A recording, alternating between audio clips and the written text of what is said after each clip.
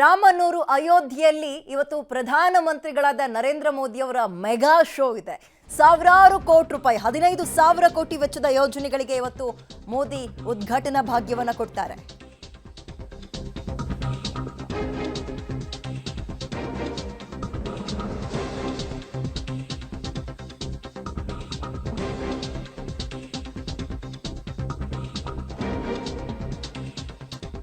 $15,000 ಕೋಟಿ ವೆಚ್ಚದ ಯೋಜನೆಗಳಿಗೆ ಮೋದಿ ಉದ್ಘಾಟನೆಯನ್ನ ಮಾಡ್ತಾರೆ. ಹೊಸ ವಿಮಾನ ನಿಲ್ದಾಣ ಸೇರಿದಂತೆ ರೈಲ್ವೆ ಸ್ಟೇಷನ್, ಶ್ರೀರಾಮ ಜನ್ಮಭೂಮಿ ಪಥ, ಭಕ್ತಿ ಪಥ, ಧರ್ಮಪಥ ರಸ್ತೆಗಳೇನಿದೆ ಅದನ್ನ ಕೂಡ ಉದ್ಘಾಟನೆ ಮಾಡ್ತಾರೆ ಮೋದಿ ಅವರು. ಬಳಿಕ ಅಯೋಧ್ಯೆಯಲ್ಲಿ ರೋಡ್ ಶೋವನ್ನ ಕೂಡ ಮೋದಿ ನಡೆಸ್ತಾರೆ. ನೂತನ ರಾಮ ಮಂದಿರದ ಮೂಲಕ ಕೋಟ್ಯಾಂತರ ಭಕ್ತರ ಸ್ವಾಗತಕ್ಕೆ ರಾಮನಗರಿ ಸಜ್ಜಾಗಿದೆ. ಅಯೋಧ್ಯೆಗೆ ಇವತ್ತು ಮೋದಿ ಅವರು ಬರ್ತಾ ಇರೋದ್ರಿಂದ ರಾಮ ಮಂದಿರ ಉದ್ಘಾಟನೆಗೂ ಮುನ್ನ ಕೆಲವೊಂದು ಕಾರ್ಯಕ್ರಮಗಳಿದೆ. ಅದನ್ನ ನಾವು ನೋಡ್ತಾ ಇದ್ವಿ ಇಲ್ಲಿ ತನಕ. ಒಂದೊಂದನ್ನೇ ನೋಡ್ತಾ ಹೋಗೋಣ. ಎಷ್ಟು ಗಂಟೆಗೆ ಅಯೋಧ್ಯೆಗೆ ರೀಚ್ ಆಗ್ತಾರೆ, ಏನು ಎತ್ತ, ಮುಂದಕ್ಕಿರುವಂತಹ ಕಾರ್ಯಕ್ರಮಗಳೇನು, ಏನೆಲ್ಲ ಉದ್ಘಾಟನೆ ಆಗುತ್ತೆ, ಹೇಗೆ, ಏನು ಎತ್ತ ಅನ್ನುವಂಥದ್ದನ್ನ ನಿಮಗೆ ತೋರಿಸ್ತಾ ಹೋಗ್ತೀವಿ. ನಮ್ಮ ರಾಜ್ಯಕ್ಕೆ ಸಂಬಂಧಪಟ್ಟಂತಹ ಒಂದು ಸಿಹಿ ಸುದ್ದಿ ಕೂಡ ಇದೆ. ಕರ್ನಾಟಕಕ್ಕೆ ಸಂಪರ್ಕ ಕಲ್ಪಿಸುವಂತಹ ಮತ್ತೆರಡು ವಂದೇ ಭಾರತ್ ಹಾಗೂ ಹೊಸ ಮಾದರಿಯ ಅಮೃತ್ ಭಾರತ್ ಎಕ್ಸ್ಪ್ರೆಸ್ ರೈಲ್ಗೂ ಕೂಡ ಆ ಸೇವೆಗೆ ಮೋದಿ ಅವರು ವರ್ಚುವಲ್ ಆಗಿ ಅಲ್ಲಿಂದಲೇ ಉದ್ಘಾಟನೆಯನ್ನ ಮಾಡ್ತಾರೆ. ಬಹಳ ಸಂತಸದ ಸುದ್ದಿ. ಇಡೀ 22ನೇ ತಾರೀಕು ಜನವರಿ ಯಾವಾಗ ಆಗುತ್ತೆ ಅಂತ ಜನ ಕಾಯ್ತಾ ಇದ್ದಾರೆ. ಮಗದೊಂದು ಕಡೆ ಈಗ ಆಲ್ರೆಡಿ ರೆಡಿ ಆಗಿರುವಂತಹ, ಜನರನ್ನ ವೆಲ್ಕಮ್ ಮಾಡ್ಕೊಳ್ಳೋಕೆ ರೆಡಿ ಆಗಿರುವಂತಹ ಹೊಸ ವಿಮಾನ ನಿಲ್ದಾಣ ಆಗಿರ್ಬೋದು, ಹಾಗೆ ರೈಲ್ವೆ ಸ್ಟೇಷನ್ ಆಗಿರ್ಬೋದು, ಇವೆಲ್ಲವಕ್ಕೂ ಕೂಡ ಉದ್ಘಾಟನೆ ಮಾಡೋಕೆ ಮೋದಿ ಅವರು ಇವತ್ತು ಅಯೋಧ್ಯೆಗೆ ಕಾಲಿಡ್ತಾ ಇದ್ದಾರೆ. ಮೋದಿ ಮೆಗಾ ಶೋ ಇವತ್ತು. ಓಕೆ, ಮೋದಿ ಅವರ ಕಾರ್ಯಕ್ರಮ ಏನು ರಾಮನೂರಿನಲ್ಲಿ ಒಂದೊಂದನ್ನೇ ನೋಡ್ತಾ ಹೋಗೋಣ. ಬೆಳಗ್ಗೆ 10:45ಕ್ಕೆ ಪ್ರಧಾನಿ ಮೋದಿ ಅವರ ಆಗಮನ ಆಗುತ್ತೆ. ಅಯೋಧ್ಯೆಗೆ 10:45 ಬರ್ತಾರೆ. ಬೆಳಗ್ಗೆ 11:15 ಮೊದಲಿಗೆ ಅವರು ಮಾಡುವಂತಹ ಕೆಲಸ ರೈಲ್ವೆ ಸ್ಟೇಷನ್ ಅನ್ನ ಉದ್ಘಾಟನೆ ಮಾಡುವಂಥದ್ದು. ಹೇಗೆ ನಿರ್ಮಾಣ ಆಗಿದೆ ಅನ್ನುವಂಥದ್ದನ್ನ ಕಳೆದ 10 ದಿನಗಳಿಂದಲೂ ನಿಮ್ಮ ಪಬ್ಲಿಕ್ ಟಿವಿ ನಿಮ್ಮ ಮುಂದೆ ಪ್ರಸ್ತುತಪಡಿಸುವಂತಹ ಕೆಲಸ ಮಾಡ್ತಾ ಇದೆ. ಜನರಿಗೆ ವೆಲ್ಕಮ್ ಮಾಡ್ಕೊಳ್ಳೋಕೆ ಹೇಗಿದೆ ರೈಲ್ವೆ ಸ್ಟೇಷನ್ ಅಂತ ಅದನ್ನ ಉದ್ಘಾಟನೆ ಮಾಡ್ತಾರೆ ಮೋದಿ ಅವರು. ಇನ್ನು ಮಧ್ಯಾಹ್ನ 12:15 ಸುಮಾರಿಗೆ ಹೊಸ ಏರ್ಪೋರ್ಟ್ ಏನಿದೆ ಅದರ ಉದ್ಘಾಟನೆಯು ಕೂಡ ಮಧ್ಯಾಹ್ನ 12:15 ಸುಮಾರಿಗಾಗುತ್ತೆ. ಆಮೇಲೆ 1 ಗಂಟೆಗೆ ಸುಮಾರು 15 ಕಿಲೋಮೀಟರ್ ರೋಡ್ ಶೋನಲ್ಲೂ ಕೂಡ ಮೋದಿ ಅವರು ಭಾಗಿಯಾಗ್ತಾರೆ. ಫಸ್ಟಿಗೆ ರೈಲ್ವೆ ಸ್ಟೇಷನ್ ಉದ್ಘಾಟನೆ, ಅದಾದಮೇಲೆ ಏರ್ಪೋರ್ಟ್ ಉದ್ಘಾಟನೆ ಆಗುತ್ತೆ ಮೋದಿ ಅವರ ಕೈಯಿಂದ. ನಂತರ ಮಧ್ಯಾಹ್ನ 1 ಗಂಟೆ ಸುಮಾರಿಗೆ ಸುಮಾರು 15 ಕಿಲೋಮೀಟರ್ ಮೋದಿ ಅವರ ರೋಡ್ ಶೋ ಇದೆ. ಆನಂತರ ಮಹರ್ಷಿ ವಾಲ್ಮೀಕಿ ಏರ್ಪೋರ್ಟ್ನ ವಿಶೇಷ ಏನು ಅಂತ ನೋಡ್ಬಿಡೋಣ. ಅಯೋಧ್ಯೆ ನಗರದಿಂದ ಸುಮಾರು 15 ಕಿಲೋಮೀಟರ್ ದೂರದಲ್ಲಿದೆ. ಆದರೆ 15 ನಿಮಿಷಗಳ ಕಾಲ ಪ್ರಯಾಣ. ಅದಾದಮೇಲೆ ಏರ್ಪೋರ್ಟ್ನಿಂದ ಅಂದರೆ ಅಯೋಧ್ಯೆ ನಗರದಿಂದ ಏರ್ಪೋರ್ಟ್ ಇರುವಂಥದ್ದು 15 ಕಿಲೋಮೀಟರ್ಗಳ ದೂರ. ಸುಮಾರು 6,500 ಚದರ ಮೀಟರ್ ವ್ಯಾಪ್ತಿಯನ್ನು ಹೊಂದಿದೆ.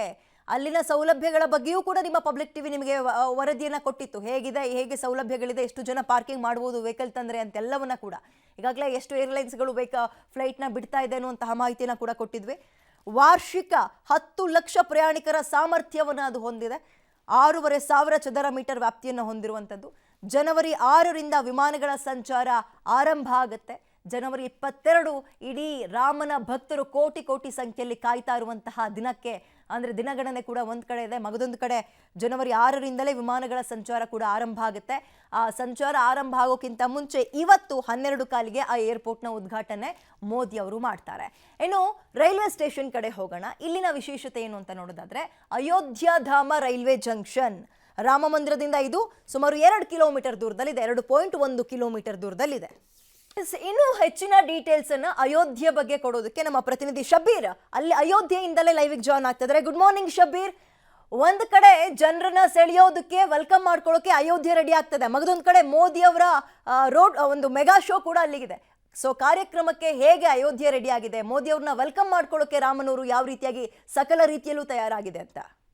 ಖಂಡಿತ ವಿದ್ಯಾ, ಪ್ರಧಾನಮಂತ್ರಿ ನರೇಂದ್ರ ಮೋದಿ ಅವರು ಇವತ್ತು ಅಯೋಧ್ಯೆಯಲ್ಲಿ ರೋಡ್ ಶೋ ಅನ್ನ ನಡೆಸ್ತಾರೆ. ಮತ್ತೆ ಸಾಕಷ್ಟು ಯೋಜನೆಗಳನ್ನ ಉದ್ಘಾಟನೆಯನ್ನ ಕೂಡ ಮಾಡ್ತಾರೆ. ಹೀಗಾಗಿ ಸಾಕಷ್ಟು ತಯಾರಿಯನ್ನ ಮಾಡಿಕೊಳ್ಳಲಾಗಿದೆ. ಇಡೀ ಅಯೋಧ್ಯೆಯನ್ನ ಮಧುವಣಗಿತ್ತಿಯಂತೆ ಈಗ ಸಂಪೂರ್ಣವಾಗಿ ತಯಾರು ಮಾಡಲಾಗಿದೆ. ಅಯೋಧ್ಯೆ ಹೇಗೆ ಸಿದ್ಧ ಆಗಿದೆ ಅನ್ನುವಂಥದ್ದನ್ನ ನಾನು ನಿಮ್ಗೆ ಒಮ್ಮೆ ತೋರಿಸ್ತೀನಿ. ಈ ಭಾಗದಲ್ಲಿ ನೋಡ್ಬೋದು, ಎಲ್ಲೆಲ್ಲೂ ಕೂಡ ತಳಿರು ತೋರಣಗಳನ್ನ ಕಟ್ಟಿರುವಂತದ್ದು, ಹೂವಿನ ಅಲಂಕಾರವನ್ನ ಮಾಡಿರುವಂತದ್ದನ್ನ ನೀವು ಗಮನಿಸ್ತಾ ಹೋಗ್ಬೋದು.